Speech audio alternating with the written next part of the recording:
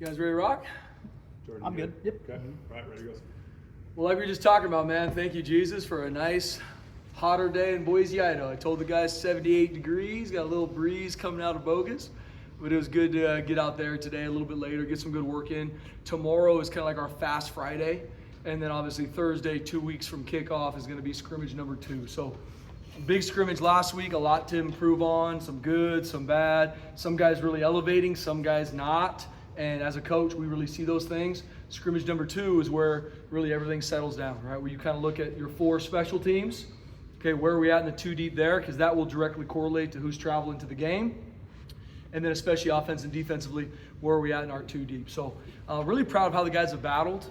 Like we talked about last week, man, what you sow is what you reap. And I think our guys are really putting in the time, putting the work in. Because with all the expectations, I mean, we had a good meeting this morning about the top 25 rankings, right? Hey, awesome, you're ranked in the top 25. Last year, there were 13 teams that were ranked and weren't ranked. Some of them didn't even make a bowl game, right? So what people talk about you in the preseason is awesome. Proud of what our team was able to do last year and get us in that conversation. Boise State should always be in that conversation. But now it's up to us to go put the work in and earn everything we do. And in the landscape of college football, it's week in and week out. That's what it is. And so we got a huge test coming up in a couple weeks. We'll talk about more later in South Florida. But really proud of our team. My focus is that same process over outcome, right? I need your best right now. Your best in your meeting right now. Our guys have got to have their best recovery after a really good, hard practice. So proud of where we're growing to. Got a long way to go and got to keep cleaning it up. So with that, open up for questions. How do dealing with days like today just kind of help you guys with the elements you might face in a couple weeks down South Florida? I'm sure are you guys still doing the Inferno days this year? Yeah, good question. We are, and I think just like anything, and I told our team this and our staff, we don't control the environment, right? The good Lord does, and how many tickets get sold, right? Those are things like how many fans are there. Is it going to be lightning, rain, hot, humid? We prepare for all things, right? That's a coach. I got to make sure our players are ready for the battle that is waiting for them. But what you do, we don't control the environment, but we do control how prepared we are. And that's our goal as a staff, to make sure we're the most prepared. On the field, how our players are playing, how they're growing, right? That's a big deal. Are you growing every single day? Mistakes we made in scrimmage 1 cannot happen in scrimmage 2. That's what we control. We don't control the environment, but we are trying to put our guys in situations to be ready for whatever battle shows up in a couple weeks. What do you want to see most improved from scrimmage 1 to scrimmage 2? Yeah, we really talked about it, in all 3 phases. There's some things that we really got to focus on. Obviously, just like anything, I want to see every single one of our players take steps, right? If I played a certain way in scrimmage 1, offensively, defensively, on special teams, I need to see growth there. If you're making the same mistake scrimmage 2 that you made in scrimmage 1, that's going to be a problem, because hopefully someone on our team made the correction and is now going to jump you. So I'm not going to point to 1 or 2 things. Obviously, there's going to be overarching things, right? Be efficient on offense, make the plays we should make. Defensively, we got to continue to grow our tackling. We got to take the ball away. Things we know, things you're always going to be working on. And then there's intricacies by position. I just want to see, as a team, we take a big step from scrimmage 1 to scrimmage 2. You were, full pads for scrimmage 1, Saturday morning full pads, Sunday was Inferno, I don't know if that was full pads. Oh, yeah. Full pads today, full pads Thursday for the scrimmage. I mean, is this a pretty challenging week here? It is. This is the week. We went into it, I told her, I'm testing you. I want to know who loves this game, who loves their teammates, and who wants to just wear the backpack, right? I want to find those guys. And I believe that this is a team that loves each other. I believe that's a core value of ours. But that is action and sacrifice. Who's going to sacrifice what they want most? Right, how I feel in the mornings, beat up, tired. There's a lot of guys right now banged up that are fighting their tail off to make sure they go practice. Because I'm not smart enough, but the only way to get better at football is playing it. And we're not a training room team. We're not a weight room team. We're a real football team. And we're going to put pads on. We're going to tackle live. We're going to find ways to grow. We got to be smart. And there is a balance. I think that was a question maybe you asked last week, Sean. There is a balance to it, BJ. But I want to make sure there's a mentality about this team. And it's been really cool to see that grow. Not there yet, but really cool to see it grow. And at the end of the day, you look at college football, everybody's working to find that balance, right? If you overdo it and your guys aren't fresh to play game 1, that's a problem too, right? So you got to find that balance and working through that. Was this a different than normal year, or was it more intense? We made some changes this fall camp, right? You always, at the end of every fall camp, you look at, okay, what are some things you learned? And a couple of things I want to put our guys in more conflict, right? Especially with the team we have. We got some new players. We got some guys that are stepping into bigger roles. I want to see how they respond, right?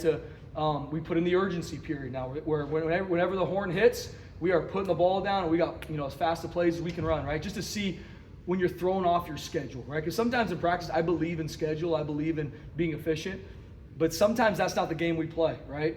Turnover, sudden change, muff punt, right? Things happen that we got to be ready to adjust to, and I want to turn up the intensity. We know tackling is a big part of what we need to grow in as a team, so we're tackling more. And we got to make sure our guys can tackle and get guys on the ground. And I want to know who can prior to game one. Yeah, Coach, you talk about turning up the intensity. I mean, pushing practice back. 101 degrees on the field today.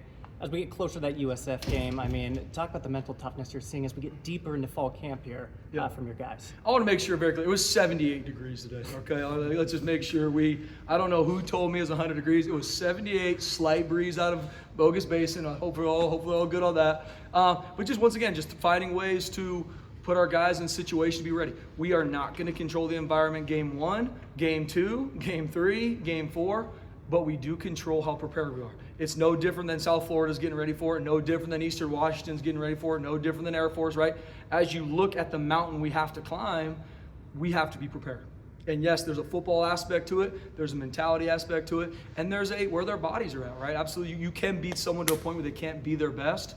We got to find that line. I want to see how guys respond when things aren't going their way. Either they're not playing well, or the elements are pissing them off, or what have you. I want to see how our guys respond, and that's what the conflict we're trying to put them in. Is there a spot or two that Thursday is going to determine like a battle for you, or is there an extra spot you're looking at, or Thursday's going to be a big day for you? Yeah, good question, BJ. Obviously, we'll finalize kind of where we're going to be with the quarterback situation in regards to who's going to be 2, who's going to be 3.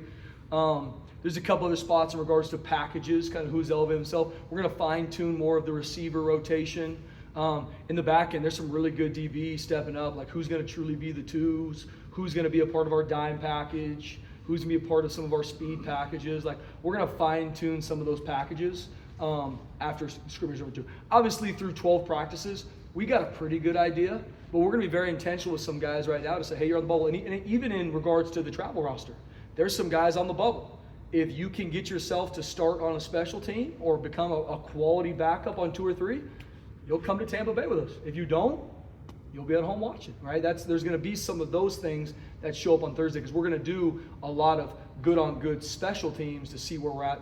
Obviously, defensively and offensively, we'll do the same. In terms of the return game on special teams and the kick, Sherrod, Bates, Riley, those guys were in there early. I'm not sure what's going on right now. Can you update us what's going on? Yeah, Malik Sherrod's really doing a great job in both punt return and kickoff return. Latrell Caples can do it really well. And kickoff-wise, Dylan Riley's done a really good job on kickoff return too. Cam Bates can be a guy in there. Quentin Brown's a young receiver that I think is going to be a really good returner. How much he plays this year, just with the guys we have, we'll see.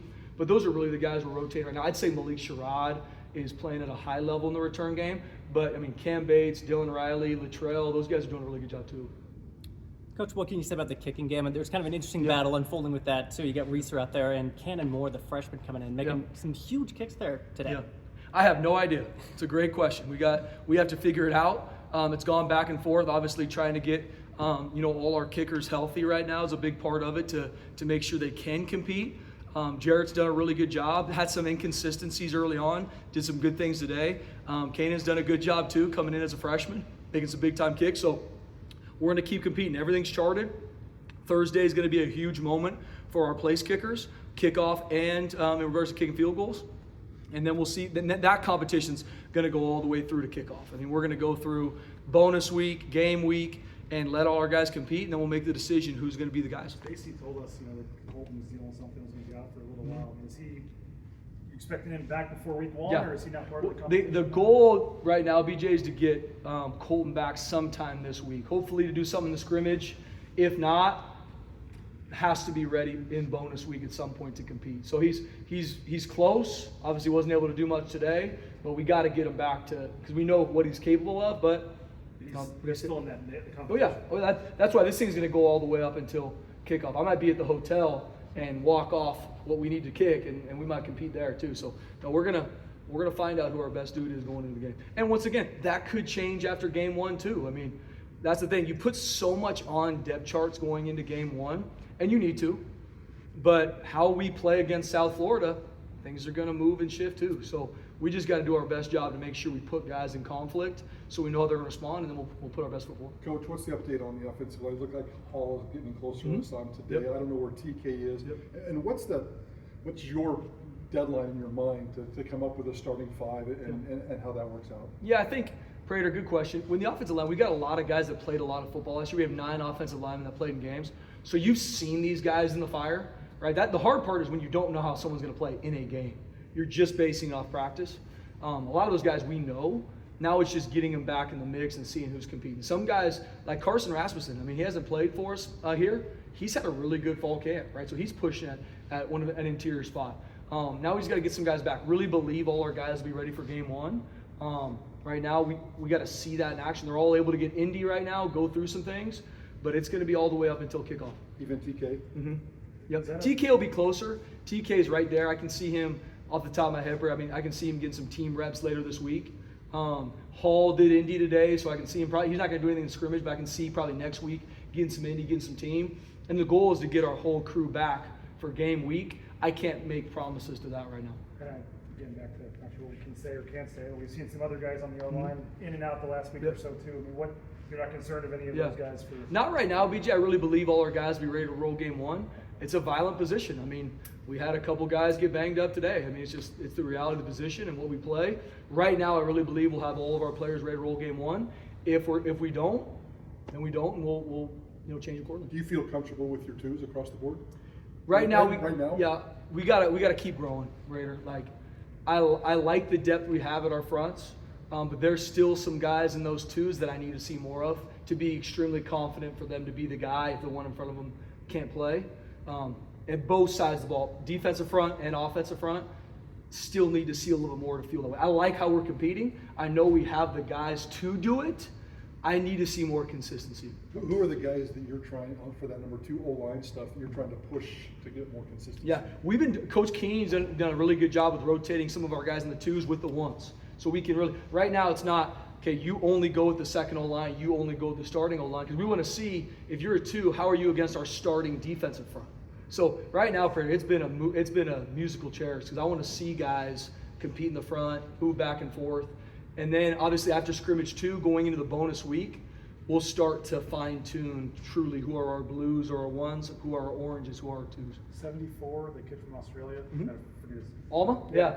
He had a weird story, redshirting at Utah and stuff. I mean, to my untrained eye, he's a big guy, 300 plus pounds. I mean, where's he? He's going to be a really good player, man. He's got to continue to develop. Has only played 1 year of football, but man, he's a phenomenal fit for our culture. He's competing. We got some guys in front of him right now. He's going to be a really good player here. We'll see as he continues to develop. That will determine how much he plays this season. But he's a great fit here, and he's going to be a really good player. I like our offensive tackles. Some of them probably a year away, right? But really like where they're developing. I mean, we're a developmental program, and so it's really cool seeing the development of our offensive line. Speaking of the D-line, how deep do you plan to go or need to go? Yeah. You really want to go into at the bare minimum, 2 deep. And I think even in the defensive tackle front, you'd love to have at least 5 or if you got 6, that's ideal. But I think going into a game, if you have 5 D linemen to play 2 spots, you feel pretty good about it. That still is going to be competition, right? There's some guys. Michael Maudry's back playing, had a good day today. David Latu's back, so we got our guys back playing. It's going to be high competition to see who those really the top 4 are, and then who's that swing 5th that will get the least amount of reps, but still has to be ready to play in games. On the edge, you got to go in 2 deep.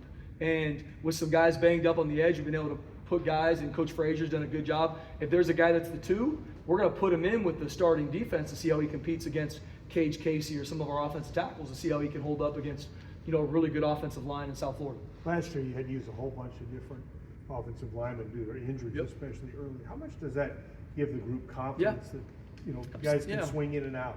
Yeah, Bob, good question. It helps a ton. I mean, once again, we have 9 offensive linemen that played in games. So how good or bad they played, they've got game reps. Those are priceless.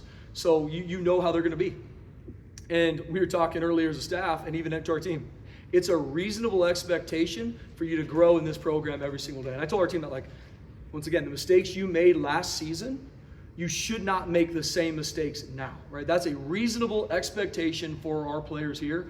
And that's what I've seen our offensive line do, D-line, and every position on our team. So the guys that played last year played good, played inconsistent, whatever it might be, different for everybody. they've got game reps, and that's invaluable. So now it's with guys banged up and where we're trying to move guys around, we got to find out who our top 5 are and then who our backup 5 are. No different on the defensive front, right? We have some guys that graduated, got some guys that stepped up who are going to be in the rotation, because especially playing in South Florida, tempo offense, it's hot. We got to be able to rotate guys, and we got to train our guys for that battle. Guys like Roger and Mason, I know they came back late in the year, but how hungry are they to really just get out there and just kind of have a complete season? Yeah, they're huge. Roger and Mason are 2 of the top leaders on our team, not even talking offensive line, but just who they are as people. I mean, they install a mentality in our entire team, how they train, how they live their life, how they practice, and so they're hungry. I mean, they'll do extra walkthroughs after practice. They're going through stuff full speed all the time. It's a huge part. But as they're extremely violent players, with that comes getting banged up. So we've been having to be smart with them even through fall camp. But they're an anchor, not only for our offensive line, but for our entire team. Sometimes a guy goes out for like a week or 2 and everyone just forgets about him or writes him off. It looked like Breezy today had some great runs. I mean, where's Breezy fit into this running back group?